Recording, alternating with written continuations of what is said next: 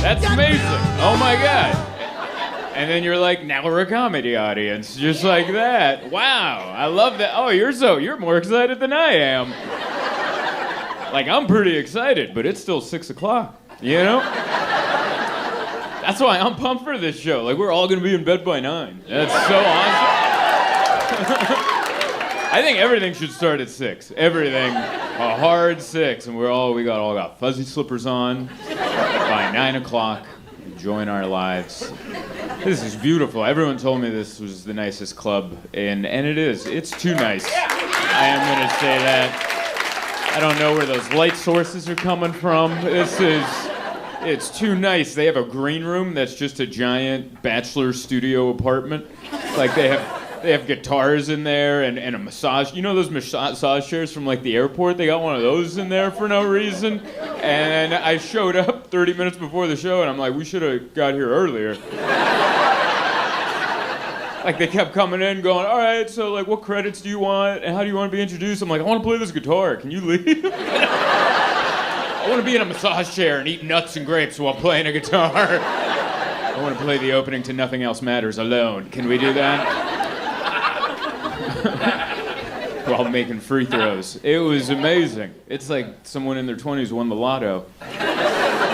It's great, man. It's my first time here. It's very nice here in Madison. We landed, hopped in an Uber, and you guys are very proud of those lakes. I can tell. The Uber driver, as soon as I was like, wow, look at that lake, he's like, we have multiple lakes. The way he said it, he's like, buddy, your mind's gonna be blown if you like water. We are hydrated. And I have been here long enough to know you guys have a lot of water. All of it's hard, all right? I've already taken a shower at the hotel. I've washed my hands here. Every spigot is just spraying it out. Like, I took a shower in the hotel that looked like Triple H was making a wrestling entrance. Just, like, his lips were dry just like mine, you know? That's the other part of it. My lips are so dry out here. They feel like 2 pretzel sticks just rubbed together. I don't know how you guys do it. Oh, it's devilish. There's all that water and we're so dry. It makes no sense. I don't know, man. But yeah, we came up from Bloomington. That's where we came up from. Yeah, really, for Bloomington. You've been through there. Woo! I've heard of it. All right. I hope he brings up the Mall of America. That's where we were performing, the Mall of America. That's where I was. For the last 2 days, we've been staying at a mall. Our hotel was connected to it, and it was like a horror movie, all right? Every time, like, the shows would be done, and then we had to get back to our hotel in an empty mall. And the escalators are still running. We went from the 7th floor down to all of them. Why are they running? Who's that for? The spirits like them on. You know, like, why would you do that? And it reminded me of years ago in Kansas City, I had to go return a rental car too early. It was like 4 in the morning, and they have a big rental car return mall. And I was there by myself, which was horrifying. And I'm coming down the escalator. I'm like, I don't like this. I'm like half asleep. And then I turned a corner and I startled the security guard, like the one other guy there.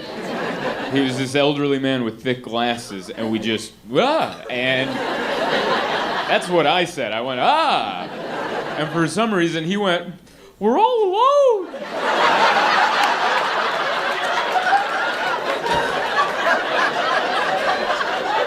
There's no way they trained you to say that. Like,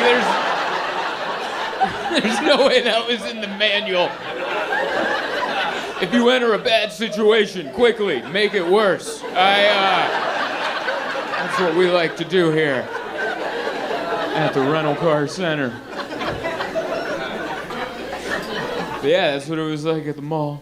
And we stayed at a hotel that was connected to the mall, and that's always You know, we had to go check in. I make awkward situations out of situations that shouldn't be awkward. You know, that's what I do. I was checking in, and the lady at the front desk like, "Oh, what are you in town for?" And I'm like, "I'm here for work." You know, just so we don't have to have that conversation. And she's like, "Oh, the comedy club made your reservation. Is that what you do?" And I'm like, "Yeah." And she's like, "Yeah, usually when people say they're here for work, I'm sure they're doing something lame, but not you." And I'm like, "Yes."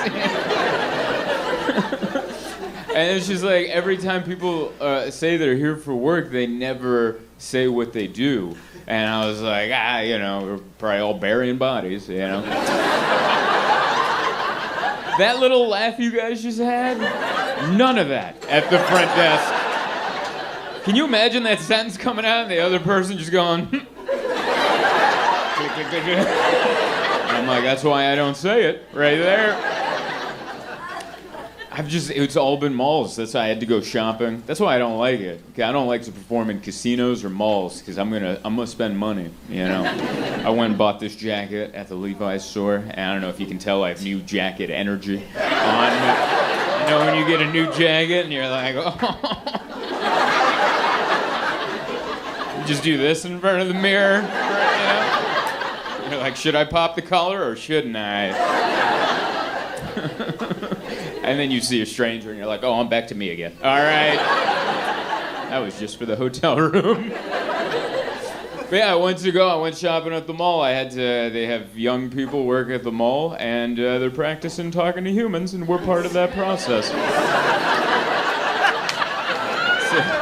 It's a training seminar for Gen Z. It's our responsibility as the elders to go, we'll get through it together, I guess. Every store I went into, just a terrified 20-something would be like, can I help you with something? Like, I didn't even know they worked there. They just, like, came out from behind the thing. And they were so happy when I said no. They were so happy. If I was like, I'm just looking around, they'd be like, nice. And then they'd walk off, and I'd see them catch their manager's eye, like, I tried. I did it. I'm gonna go sit in the break room now. I don't want to be a part of this. This isn't even the jacket I wanted. I wanted a different colored denim jacket, and they just didn't have medium, which happens to me. And I've been different sizes. I used to be heavier. I used to be a large. And no matter what size I am, when I go to the store, I think there's like an army of people that size. They're like, Zoltan, you have to go into the mall, send in the mediums. And everything I want, it was like, do you want small or large? And you're like, neither work. And so I wanted this jacket in a medium, or a different color, same jacket. And I was looking for it, and I couldn't find it. And then one of the employees came by, a young girl, and she's like, are you looking for something? And I'm like, I am, actually. And she's like, oh, damn it.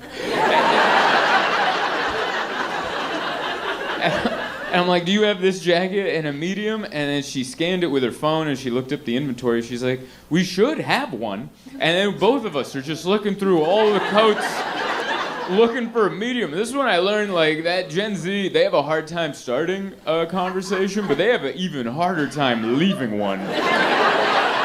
Because we got to a point where we looked through all the jackets and there were no mediums, and instead of just going, well, I guess we tried, she just slowly drifted away from the situation. Like I was stuck in a car and it was on fire and she tried her best.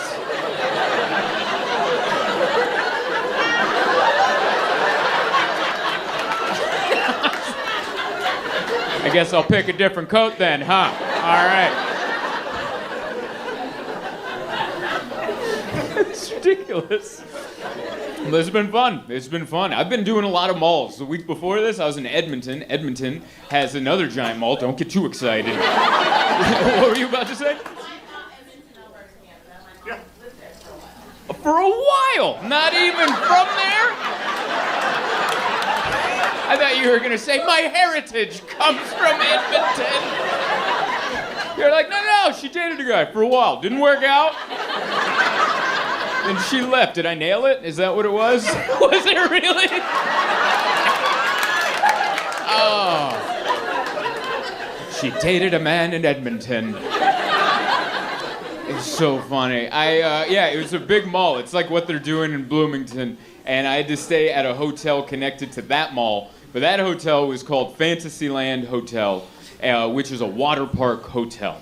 And that's not the type of hotel you want to check into as a man by yourself. All right? It's all families with children, big groups, and just a man with a backpack. Like, I'm here on business, like that. That doesn't smooth things over with everybody. People are like, who the hell's that guy? Why isn't he here with somebody? And I can tell the lady that checked me in also wasn't used to checking people in that come by themselves. Like, she was like, at the end, she was like, is 2 keys all right? And I was like, yeah. And she's like, all right, yeah. Maybe you'll meet somebody. There you go. I was like, what? You can just give me 2 keys. That's standard in the hospitality industry. Here's 2 keys. And she's like, I've never seen this before. But wishful thinking, And then I went into the room, and it was too much room. Like, I should have been there with somebody. The room was huge. They had a jacuzzi in the center of the room, a giant jacuzzi.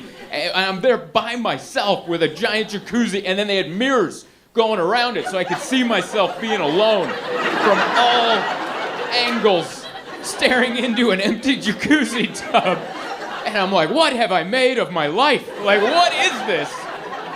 And then in my head, I'm like, I don't know what it is, but anytime I'm in a happy place, surrounded by families and giggling, my brain goes to the darkest places. I don't know what it is. It's like my brain has to counterbalance it with negativity. If I'm in someplace sad, I do the opposite. I think happy thoughts to balance it out, but if I'm someplace happy, we're like, let's make it dark in here, So I'm looking at this empty jacuzzi tub, and I'm like, well, I gotta get in. At some point, I'm gonna have to get in. I can order room service, like I get a plate of chicken wings, and I can just lay in the jacuzzi, have the jets hit me wherever I want, while I'm just gnawing on chicken wings. And then I'm like, what if I choke? What if I choke on a chicken wing? That'd be the saddest death of all time. No one would even hear my because the jets are too loud.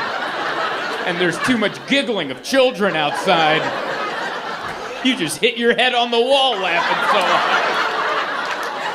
That's why they wouldn't hear me. Everyone's like, woo! I'm like, whoa, whoa, whoa! And then just, and then I would just go down into the froth. They wouldn't find me till the next day, till the maid came in and went, dear God! And now they gotta bring a corner to Fantasyland. Put my body on there with the sheet, and then they gotta go down the elevator everybody uses. So I just imagine Ding and a full family covered in inflatables, ready for the pool. And then they're like, make room! And so everyone's just squeezing against the wall, and all you hear is plastic on plastic. And then here comes a body with a sheet. Buffalo sauce on it. My brain goes to the darkest places. And that's where I like it to be. It helps balance out whatever's going on. Oh, I'm sorry. That was a little more for me than even you.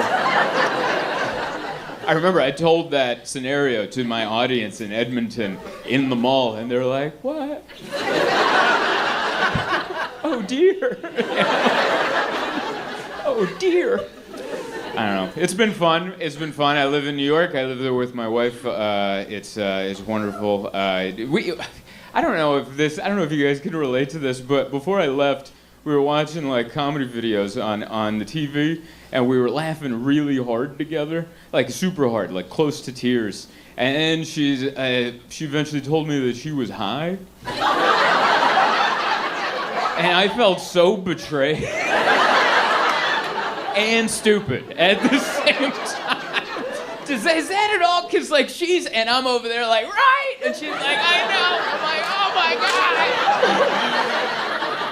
And then she went, and I'm like, what'd you say? She's like, I'm sorry, I took an edible. And I was like,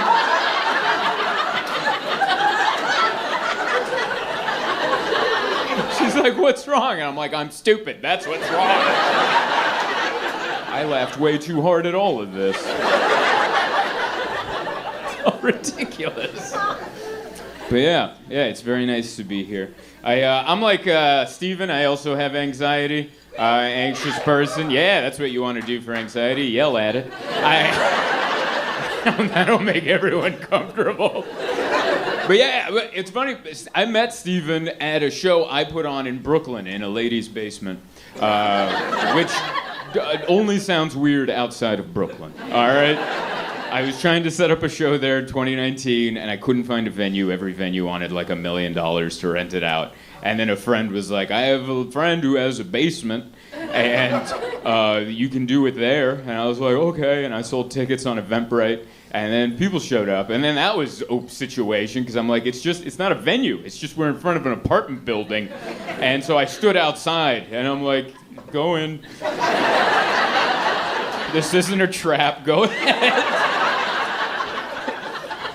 And a fellow comedian recommended that Steven open for me there. And he did a great job. We met for a second. He had to leave. And then years later, I moved to New York. Last year, I moved to New York. And he and I happened to be on the same show. And we sat next to each other in the back of the room. And I didn't want to say hello to him because I didn't know if he remembered me from 2019. So we just stood next to each other like, all right. And then after the show, I messaged him on Instagram. I'm like, hey, man, you had a great set. It was super funny. I don't know if you remember, but we did a show together in a basement in 2019. And he's like, dude, I totally remember. I just thought you didn't remember me. So I didn't say anything either. So just two fully grown tax-paying men sitting next to each other in the back of a room going, no, there's no way. There's just no way. Neither of us would take the risk of the other going, maybe? Our egos couldn't take it. And we're like, I'll just look forward.